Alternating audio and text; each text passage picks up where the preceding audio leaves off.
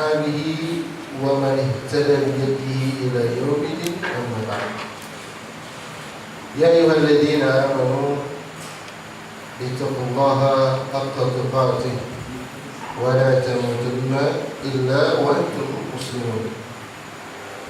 Jemaah Allah Subhanahu wa taala, alhamdulillah dengan taufik dari Allah Subhanahu wa taala kita bisa memulai hari kita dengan kebaikan.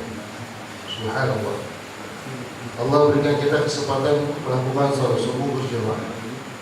Kemudian diikuti dengan menuntut ilmu. Ketika seorang hamba mampu melakukan kebaikan, yang harus dia sadari secara esensi adalah bahwa tidak ada kebaikan yang dia lakukan kecuali atas kehendak Allah. Maka ketika kita mampu melakukan sebuah kebaikan, yang pertama harus kita puji adalah Allah, bukan diri kita. Bukankah Allah Subhanahu wa taala mengatakan, "Liman syaa'a minkum ay yastaqim." Dan bagi kalian yang ingin mendapatkan istiqamah, mendapatkan petunjuk. Kemudian Allah mengatakan, "Wa ma tasyaa'una illa an yashaa'a rabbul 'alamin." Tidaklah kehendak dia untuk melakukan kebaikan kecuali bahwa kehendak Allah Subhanahu wa taala. Ini menunjukkan setiap kebaikan yang kita lakukan semata-mata karena takdir Allah. Semata-mata karena bantuan Allah. Makanya Nabi SAW tidak pernah merasa aman. Tidak pernah merasa aman sehingga Nabi setiap paginya berdoa kepada Allah, "Ya Hayyu, Ya Qayyum, bi rahmatika astaghfir." Wahai Zat yang Maha Hidup, wahai Zat yang mengatur segala urusan, dengan rahmat-Mu aku beristighosah kepadamu. Dengan rahmat-Mu aku memohon pertolongan kepadamu. Apa yang Nabi minta? Nabi mengatakan, "Aslih li sya'ni kullah." Perbaikilah seluruh urusan. Perbaiki agamaku, perbaiki akhiratku, perbaiki duniaku, perbaiki keturunanku. Nabi meminta kepada Allah untuk kemudian mengatur segala urusannya. Dan Nabi mengatakan, "Wala taqilni ila nafsi tarfata 'ain." Dan jangan ya Allah, kau serahkan urusan itu kepada jiwaku walaupun sesaat. Ini menunjukkan kita lemah tanpa bantuan Allah Subhanahu wa taala. Kita lemah tanpa pertolongan Allah Subhanahu wa taala. Makanya setiap kebaikan yang bisa kita lakukan, seyogyanya tidak membuat kita sombong.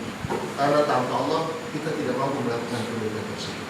Alhamdulillah, pagi ini Allah berikan kita taufik untuk bisa melakukan ibadah sebagai pembuka dari hari kita. Semoga kita juga bisa mengisi hari kita hari ini dengan kebaikan, dan kita menutup hari ini juga dengan kebaikan, sampai akhirnya kita menutup usia kita pun di dalam kebaikan. Itu Allah takdirkan kita orang-orang yang mendapatkan husnul khatimah insyaallah. Jamaah Allah Subhanahu wa taala, kita memohon kepada Allah Subhanahu wa taala setelah Allah berikan kita taufik untuk bisa duduk di tempat ini, di majelis ini, selanjutnya kita minta kepada Allah agar Allah berikan kita manfaat dari apa yang Allah ajarkan kepada kita. Saya meminta kepada Allah, memohon kepada Allah dengan nama-nama Allah yang husna dan dengan segala sifat-sifat Allah yang ulia. Sebagaimana Nabi berdoa, saya memohon kepada Allah, Allahumma anfa'na bima 'allamtana wa 'allimna ma yanfa'una wa zidna 'ilma. Ya Allah, berilah manfaat dari apa yang Kau ajarkan kepada kami, dan ajarkanlah kepada kami apa yang bermanfaat bagi kami, dan tambahkanlah ilmu kami. Jemaah yang Allah Subhanahu wa taala, setiap pembukaan sebuah pidato, setiap pembukaan khutbah, sering kita dengar seorang ustaz, seorang yang memberikan pidato mengatakan, segala puji bagi Allah atas nikmat iman dan nikmat Islam, ditambah dengan nikmat sehat. Apakah benar Islam itu sebuah kenikmatan bagi kita? Jemaah Allah Subhanahu wa taala, tidak ada hidayah, tidak ada nikmat yang paling besar yang Allah berikan kepada kita di atas nikmat iman dan nikmat Islam. Enggak. Contoh misalnya, saya berhusnuzon yang ada di ruangan ini, kalau ada orang yang ngasih kita uang 10 miliar suruh keluar dari Islam, saya husnuzon tidak ada satupun dari kita yang mau keluar dari Islam. Artinya nikmat Islam yang Allah berikan di hati kita itu nilainya lebih dari 10 miliar. Saya yakin dia ada yang mau. Berarti ini yang paling besar. Ya. Lebih besar dari ini ketimbang rumah yang Allah berikan kepada kita. Lebih besar dari harta yang Allah berikan kepada kita. Tidak ada yang melebihi nikmat Islam. Karena nikmat Islam menjadi nikmat yang luar biasa. Capeknya kita, uang yang kita keluarkan, bahkan setiap makanan yang masuk ke dalam mulut keluarga kita itu menjadi nilai buat kita. Ya. Dan inilah yang menjadi penyesalan orang-orang musyrik. Penyesalan orang-orang kafir ketika di yaumil kiamat orang-orang muslim mengatakan, ya laitani lam usyrik bi rabbi ahada. Seandainya aku tidak syirik kepada Allah. Orang-orang kafir mengatakan, ya laitani kuntu turaba. Seandainya dulu aku hanya sebuah tanah yang tidak dihisap oleh Allah Subhanahu wa taala. Kenapa mereka menyesal? Bukankah banyak dari mereka melakukan kebaikan? Kita lihat ada yayasan-yayasan yang menolong orang-orang miskin, ada yayasan-yayasan kafir yang kemudian membantu orang-orang yang udah tua, ada yayasan yang membantu anak-anak jalanan. Bukankah mereka melakukan kebaikan? Kenapa mereka menyesal? Karena Allah Subhanahu wa taala katakan di dalam surah Al-Ghasyiyah misalnya, hal ataka haditsul ghasyiyah. Telah datangkan kepada kamu hari pembalasan. Wujuhu yawma idzin khasiyah. Pada hari itu wajah-wajah merasa ketakutan. Siapa orang-orang yang takut? Pikiran kita adalah orang-orang yang tidak beramal. Tapi Allah mengatakan amilatun. Mereka orang yang beramal. Ya, maka di dalam tafsir Ibnu Katsir dikatakan amilatun fid dunya. Mereka orang yang beramal di dunia. Nasibatun. Kenapa mereka kepayahan? Karena mereka orang-orang yang tidak beriman kepada Allah. Mereka orang-orang yang tidak beriman dengan hari akhir. Mereka orang-orang kafir. Dijelaskan oleh Ibnu Katsir bahwa itu adalah orang-orang Yahudi, orang-orang Nasrani. Mereka bekerja di dunia ini, tapi mereka tidak mendapatkan balasan ketika di akhirat. Makanya Allah sebutkan di dalam surah Kahfi ketika Allah mengatakan, "Qul hal nunabbiukum bil akhsarina a'mala alladzina dhalla sa'yuhum fil hayatid dunya wa hum yahsabuna annahum yuhsinuna sun'a." Mau aku kabarkan tentang orang yang paling merugi amalnya. Siapa mereka? Alladzina dhalla sa'yuhum fil hayatid dunya. Mereka orang sesat amalnya ketika mereka di dunia. Wa yahsabuna annahum yuhsinuna sun'a, dan mereka mengira bahwa mereka telah melakukan kebaikan. Orang-orang kafir mereka sudah melakukan kebaikan. Bahkan sebagian dari kita, sebagian dari kaum muslimin menganggap itu juga semua kebaikan.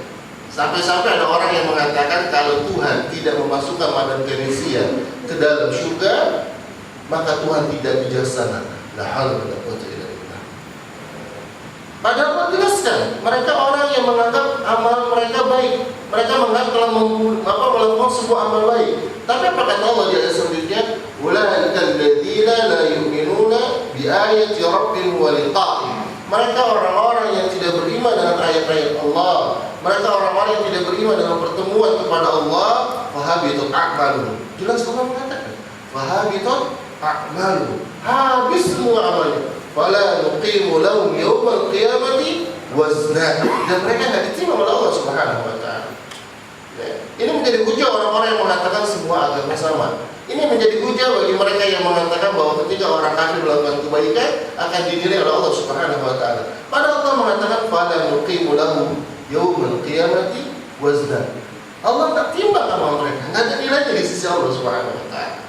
Nah, ini nikmat yang besar yang Allah berikan kepada kita sehingga kita menjadi orang-orang yang innama tuwaffawna ujurakum yawmal qiyamah. Yang balasannya nanti Allah berikan di akhirat juga Allah berikan di dunia. Sementara orang kafir Allah berikan balasannya di dunia saja, tidak di akhirat. Maka ada penjelasan. Kadang-kadang kita lihat buktinya ada orang muslim kalau meninggalnya susah. Sementara ada orang kafir meninggalnya tenang. Apakah ini menunjukkan kebaikan buat orang kafir? Dijawab oleh para ulama, bukan. Karena setiap kebaikan yang dilakukan oleh orang kafir itu Allah berikan balasannya di dunia. Ketika dia meninggal dunia, itu Allah selesaikan seluruh balasannya. Allah selesaikan seluruh balasannya. Dan ketika ada orang kafir mati tenang, itu bisa jadi balasan dari kebaikan dia waktu hidupnya Allah berikan. Tapi setelah itu sudah tidak ada lagi kebaikan yang dinilai di sisi Allah Subhanahu wa taala. Allah habiskan ketika dia mati. Ketika orang kafir mati, selesai semua. Kebaikannya sudah selesai dibalas oleh Allah Subhanahu wa taala. Sementara kita tersisa. Innama tuwaffawna ujurakum yaumal qiyamah. Ketika Allah katakan di awal surahnya, Kullu nafsin dha'iqatul maut. Balasannya kan di akhirat. Walaupun Allah berikan di dunia sebagian, nanti sebagian besar di akhirat. Ini semua kenikmatan yang Allah berikan kepada kita. Dan ketika Allah pilih kita menjadi seorang muslim, itu tandanya Allah ingin memberikan hidayah buat kita. Fama yuridullahu ayyahdiyahu yashrah sadrahu lil Islam. Barang siapa yang Allah inginkan dia mendapatkan petunjuk, maka Allah lapangkan dadanya dengan nikmat Islam. Dan yang hebatnya lagi, ketika Allah mengatakan tentang nikmat Islam ini, Allah mengatakan, "Afaman syaraha Allah sadrahu lil Islam wa huwa 'ala nurin min rabbih wa lil qasiyati qulubuhum min dzikrillah." Apakah sama orang-orang Allah berikan hidayah, Allah lapangkan dadanya untuk menerima Islam dengan orang-orang yang hatinya keras untuk mengingat Allah? Karena orang yang Allah berikan nikmat Islam, wa huwa 'ala nurin min rabbihim, dia di atas cahaya Tuhan. Allahu Akbar. Di atas cahaya Tuhan, di atas kita mendapatkan cahaya. Seperti kita berjalan di sebuah tempat yang kemudian gelap, anggaplah hutan. Kita berjalan di hutan, ya, dengan membawa cahaya, sehingga kita tahu, oh ini kotoran, oh ini duri, oh ini jurang. Dan kita tahu itu, kita berhati-hati, insya Allah kita keluar dari hutan itu dengan sedikit luka dan kotoran. Tapi apa yang terjadi dengan orang-orang yang berjalan di hutan yang penuh kotoran, penuh duri, tanpa membawa cahaya? Bisa jadi dia menginjak kotoran, bisa jadi dia menginjak duri dan tertusuk duri, bahkan bisa jadi dia masuk ke dalam jurang. Dan dia keluar dari hutan itu berkotor kotoran dan luka, disebabkan dia tidak tahu mana kotoran, mana duri. Wabillahi rahimani wa rahimakumullah. Begitulah orang yang berjalan dengan cahaya Islam. Dia tahu, oh ini halal, oh ini haram, oh ini tauhid, oh ini syirik. Dia tahu, ya. Sehingga dia menjadi orang-orang yang selamat. Tapi coba kita lihat orang-orang kafir, orang-orang yang tidak Allah berikan cahaya. Dia nggak paham mana yang riba, dia nggak paham mana yang dosa, dia nggak paham mana yang syirik, dia nggak paham, sehingga dia berjalan dalam berlebihan. Alhamdulillah. Cuma persoalannya ternyata, ya, persoalannya ketika cahaya ini menjadi sesuatu yang Allah berikan secara gratis, kita minta atau tidak Allah berikan cahaya Islam ini. Ma min mauludin illa yuladu 'ala fitrah. Tidaklah setiap orang yang lahir kecuali dalam kondisi fitrah, dalam kondisi Islam. Subhanallah. Allah kasih kita gratis, Pak. Baik itu rahim seorang wanita musyrikah, wanita kafirah atau wanita mukminah, semuanya yang lahir dari setiap rahim wanita, apapun wanita itu, maka yang lahir adalah seorang yang Allah berikan nikmat yang besar, Islam. Allah jamin. Allah jamin setiap yang lahir Allah berikan Islam. Allah jamin. Tapi yang kemudian harusnya kita khawatir, yang pertama, tidak ada jaminan dari Allah setiap orang bisa tetap berjalan di atas Islam. Yang kedua, ketika Allah jamin setiap orang yang lahir dalam kondisi Islam, namun tidak satu pun ayat, satu pun hadis yang menerangkan Allah menjamin setiap yang mati pun dalam kondisi Islam. Akan tadi Imam kita mengatakan ayat yang Masya Allah. Ingatan buat kita. Ketika Allah mengatakan ya ayyuhalladzina amanu taqullaha haqqa tuqatih wa la tamutunna illa wa antum muslimun. Karena tidak ada jaminan dari Allah setiap yang mati dalam kondisi Islam, tidak ada jaminan. Makanya bagaimana kemudian kita mempertahankan Islam kita sampai kemudian kita mati dalam kondisi Islam. Ya. Dalam kondisi sekarang bagaimana kita mempertahankan cahaya kita, ya. Cahaya kita supaya cahaya ini tetap terang sewaktu kita meninggal dunia. Dan cahaya ini tetap bisa menerangi jalan hidup kita. Maksudnya apa? Maksudnya ada sebagian orang yang Allah berikan nikmat Islam, yang dengan Islam sebagai cahaya, yang dia tahu mana yang salah, mana yang benar, ternyata cahayanya sudah mulai redup. Banyak orang yang kemudian dia punya cahaya, tapi cahayanya tidak cukup untuk menerangi jalannya, sehingga dia tahu mana kotoran, mana duri. Sehingga cahayanya nggak cukup untuk melihat mana yang salah, mana yang benar. Oh ini vonis, bukan. Ini kabar dari Nabi SAW. Manusia yang sadiq wal masduq, orang yang benar dan dibenarkan oleh Allah, wa la yadhiqu 'anil hawa in huwa illa wahyu yuha. Manusia yang tidak berkata dari lisannya kecuali berdasarkan wahyu dari Allah. Nabi sallallahu alaihi wasallam dalam sebuah hadis riwayat Imam Bukhari dari Abu Hurairah radhiyallahu anhu, Nabi mengatakan, sayati qaumun min ummati, ya, akan datang dari umatku, ya, la yuballi, sebuah kaum yang enggak lagi peduli min aina akhadha malahu, dari mana dia mengambil hartanya, amin halali amin harami, apakah dia ambil dari yang halal atau dia dari yang ambil yang haram. Ulama ketika mengatakan la yuballi, mereka tidak lagi peduli, ini maknanya dua. La yuballi, yang pertama, mereka nggak peduli karena didorong oleh syahwatnya, ya, mereka tahu ini haram tapi mereka nggak peduli karena syahwatnya sudah ingin mendapatkan keuntungan. Yang kedua, la yuballi, mereka nggak mau belajar sehingga mereka nggak tahu kalau itu perbuatan salah. Ini menunjukkan bahwa makin kesini kehidupan kita, kadang-kadang cahaya kita sudah nggak cukup untuk menerangi jalan kita, sehingga kita nggak tahu ini salah apa enggak ya.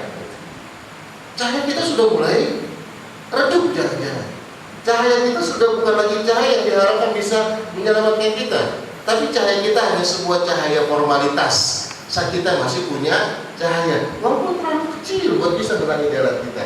Mungkin ini yang kemudian dikenal dengan istilah Islam HTP. Banyak orang yang nggak sholat dan merasa biasa-biasa saja, Pak. Kita tanya misalnya sebagian kaum muslimin, anak-anak muda yang sudah tua, gimana Pak sholatnya? Sambil senyum dia mengatakan, masih bolong-bolong. Waduh, lama gila gitu. Di sholat bolong-bolong bisa senyum. Dia menganggap ini persoalan yang sangat biasa. Padahal ulama semua sepakat meninggalkan satu kali sholat itu dosanya lebih besar dari dosa satu kali mencuri. Tapi kita lihat ada orang yang nyuri motor itu dibakar. Kenapa? Karena kita menilai manusia dari bagaimana mereka berakhlak kepada manusia. Seorang pencuri jelek di mata kita, namun orang yang nggak sholat kita anggap biasa-biasa saja. Karena kebanyakan, padahal orang yang mencuri dia hanya mengambil hak manusia, sementara orang yang tidak sholat dia mengambil hak yang menciptakan manusia. Tapi kita sudah nggak punya lagi cahaya. Sebagian kita sudah lagi nggak punya cahaya untuk melihat hal itu. Dari hal yang kecil. Misalnya kita lihat ibu-ibu pakai kerudung di komplek-komplek, di rumah-rumahan, ya, di kampung-kampung, yang sore-sore sambil masih makan anaknya, ya, makannya berdiri, pakai tangan kiri, kemudian menyuapin anaknya ditiup dulu.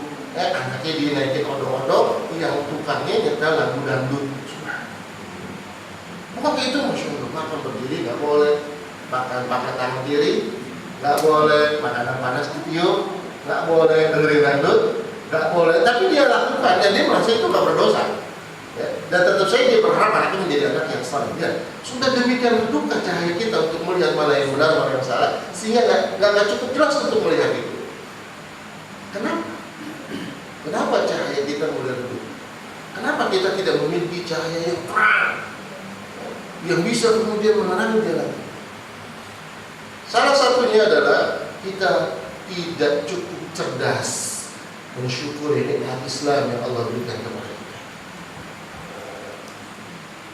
Karena harusnya teorinya, kalau kita tadi pertama saya katakan bahwa Islam nikmat yang paling besar, ya, nikmat yang paling besar. Teorinya Allah mengatakan la in syakartum la azidannakum wa la in kafartum inna 'adzabi lasyadid. Ketika kita mampu mensyukuri nikmat Allah, Allah akan tambahkan nikmat itu. Ketika kita tidak cerdas mensyukuri nikmat Allah, maka Allah akan azab kita. Harusnya ketika Allah berikan Islam pertama kali waktu kita lahir dan semua manusia Allah berikan itu, kemudian itu kita bawa sampai kita dewasa, sampai kita tua pada hari ini. Kalau kita mampu mensyukuri nikmat itu, harusnya cahaya Islam itu makin besar. Allah tambah cahaya itu, makin jelas kita melihat persoalan kehidupan kita, makin sedikit yang sama-sama buat kita. Tapi kenyataannya kok makin sekarang makin redup cahaya kita. Ini menunjukkan kita kurang cerdas mensyukuri nikmat Islam. Bagaimana cara mensyukuri nikmat Islam? Sebagian ulama mengatakan mensyukuri nikmat Islam adalah ya, karena yang namanya syukur, kata para ulama, yang namanya syukur itu la yaltamisu ni'matallahi li ma'siyatihi. Konteksnya aman. Walaupun syukur itu ada tiga, ya, syukur di hati, syukur di Islam, tapi hakikatnya adalah aman. Karena dikatakan yang namanya syukur itu tidak menggunakan nikmat Allah untuk bermaksiat kepada Allah. Ini konteks syukur. Ya. Bagaimana nikmat yang Allah berikan kepada kita itu kita gunakan untuk taat kepada Allah. Artinya bersyukur itu adalah melakukan ketaatan kepada Allah. Makanya ketika kita bicara tentang mensyukuri nikmat Islam, bagaimana kita caranya mensyukuri nikmat Islam? Kita melakukan seluruh apa-apa yang diperintahkan oleh Islam, dan kita menjauhi apa-apa yang dilarang oleh Islam. Teoritis, ya, teoritis. Cuma gitu dong. Persoalannya Pak, lagi-lagi ternyata esensinya kita nggak tahu mana yang perintah, kita nggak tahu yang mana larangan. Ya, kadang-kadang sebuah larangan kita anggap sebuah kebaikan, kadang-kadang kebaikan kita anggap sebuah larangan. Ya, sehingga kita salah dalam mensyukuri nikmat Islam. Makanya yang paling pokok dari mensyukuri nikmat Islam, supaya kita mampu mensyukuri nikmat Islam, modalnya adalah ilmu. Jadi orang yang ingin mensyukuri nikmat Islam agar cahaya itu tetap terang, wajib bagi dirinya menuntut ilmu. Wajib. Karena dengan ilmu itulah dia tahu mana yang benar, mana yang salah, dan kemudian dia minta kepada Allah taufik untuk bisa melakukan kebaikan tersebut. Ini ilmu. Karena nggak mungkin kita beramal tanpa ilmu.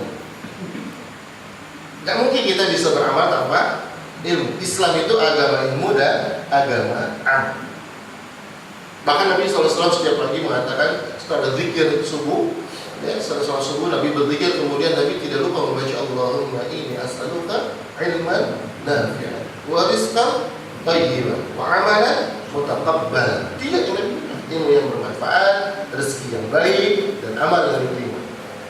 Yang menarik, Nabi SAW dahulukan ilmu ketimbang rezeki dan amal. Kenapa? Karena tanpa ilmu nggak mungkin kita dapat rezeki yang baik. Tadi hadis Imam Bukhari kan, ada orang yang tahu mana yang halal, mana yang haram, karena nggak ada ilmunya. Wa amalan mutaqabbalan, tidak mungkin kita mendapatkan amal yang diterima kecuali dengan ilmu. Jadi ilmu awal kulli syai, menjadi hal yang pertama dari segala sesuatu, dari rezeki dan dari agama. Ilmu adalah agama amal. Agama Islam adalah agama ilmu dan agama amal. Maka tercela di dalam Islam orang-orang yang berilmu tidak mengamalkan ilmunya, sebagaimana tercelanya orang-orang yang beramal tanpa ilmu. Jadi kita minta Pak, sedikitnya 17 kali kita minta dari hal jelek ini. Coba kita perhatikan ketika kita membaca suratul Fatihah, kita mengatakan ihdinas siratal mustaqim, tunjuki kami jalan yang lurus. Siratal ladzina an'amta 'alaihim, jalan orang-orang yang Kau berikan nikmat. Kemudian di ujungnya kita minta perlindungan kepada Allah dari dua, ghairul maghdubi 'alaihim, bukan. Kita minta perlindungan kepada Allah. Ketika kita minta jalan yang lurus, ya, kemudian ditutup kita minta perlindungan jangan dan bukan, kita termasuk orang-orang yang Allah murkai. Walad dhalin, dan bukan orang-orang yang sesat. Siapa maghdub? Siapa yang orang murkai? Wa man dhal, siapa orang yang sesat? Nabi sallallahu alaihi wasallam mengatakan al-yahudu maghdubun wal nasara dhalun. Yahudi orang-orang yang Allah murkai, dan Nasrani orang-orang yang sesat. Sifatnya apa sih yang membuat Yahudi dimurkai oleh Allah? Disebutkan dalam tafsir Ibnu Katsir, kemudian juga tafsir Taisir Karimur Rahman, bahwa Yahudi dimurkai oleh Allah karena Yahudi meninggalkan kebenaran disebabkan kesombongannya. Yahudi punya ilmu Bapak? Tahu. Yahudi tahu bahwa ciri-ciri kenabian ada di Muhammad, tapi karena sombong ditinggalkan kebenaran itu. Ya. Jadi orang-orang Yahudi dimurkai oleh Allah karena dia orang-orang yang berilmu namun meninggalkan kebenaran karena kesombongan. kesombongannya. Orang-orang yang berilmu namun tidak mengamalkan ilmu ini tercela dalam Islam. Maka Allah sebutkan di dalam surah Al-Jumu'ah, "Mathalul ladzina 'amilu tawrata tsumma lam yahmiluha kamathalil himari yahmilu asfara." Perumpamaan orang-orang yang berilmu namun tidak mengamalkan ilmunya seperti keledai yang membawa kitab-kitab yang banyak. Keledai dia nggak bisa baca, kitab isinya ilmu semua, ditaruh di punggungnya. Ya. Bukannya ini memperingan jalan hidupnya, tapi jadi beban buat hidupnya. Kenapa? Harusnya dia baca, dia pahami, diamalkan, tapi dia bawa doang untuk kitab. Berat jadi hidupnya gara-gara bawa kitab. Ini orang-orang yang berilmu tidak mengamalkan ilmu. Karakter orang-orang yang lebih dari sallallahu alaihi wasallam. Maka kita berusaha mengamalkan ilmu yang telah kita dapatkan dan Allah ajarkan kepada kita.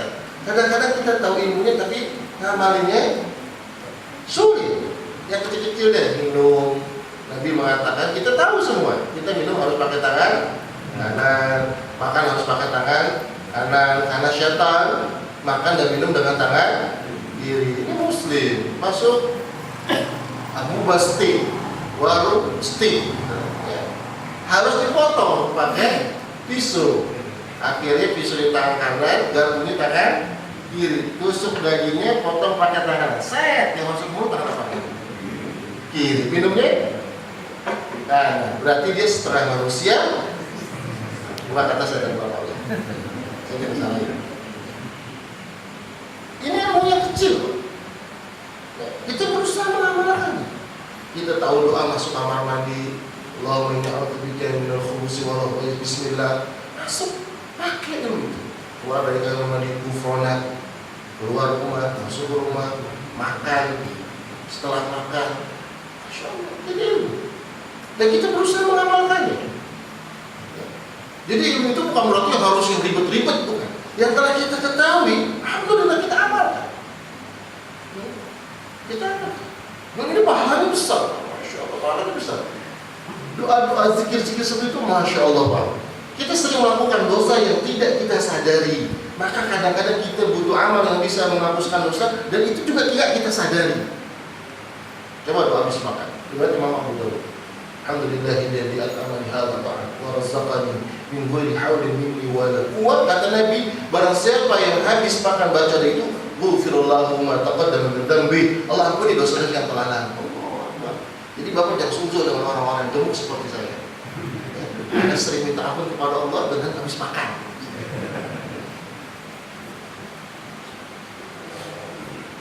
Dan yang kedua, dolim. Saya orang-orang Nasrani. Kenapa orang-orang Nasrani? Mereka meninggalkan kebenaran karena kebodohan. Mereka meninggalkan kebenaran karena kebodohan. Makanya tercelalah di dalam Islam dua kelompok ini. Orang-orang yang berilmu tidak mengamalkan ilmunya, dan orang-orang yang beramal tanpa ilmu. Dua-duanya tercela. Ya. Karena agama Islam adalah agama ilmu dan agama amal. Makanya ketika kita ingin mensyukuri nikmat Islam yang Allah berikan kepada kita, dan ini nikmat yang paling mahal yang kita miliki, harusnya effort kita untuk menjaga nikmat ini lebih besar ketimbang effort kita menjaga rumah kita. Ya, rumah dipasangin CCTV, rumah dipasangin pagar, bahkan ada satpam, mobil diasuransiin. Padahal nikmat itu masih jauh di bawah nikmat Islam. Harusnya kita memberikan hal itu buat Islam kita. Sehingga subhanallah, saya husnuzon bapak-bapak yang ada di tempat ini dalam rangka menjaga Islam. Ini effort kita untuk menjaga, membentengi ya, nikmat ini agar jangan lepas dari kita. Sehingga tadi kata Imam kita mendapat ilmu yang bermanfaat, ya, kita bisa menjadi orang yang lebih baik tadi kan. Lebih baik kualitas hambaannya, kan ini ilmu yang bermanfaat. Rahimahullah. Inilah esensi bagaimana kita mensyukuri nikmat Islam kita, yaitu dengan menuntut ilmu.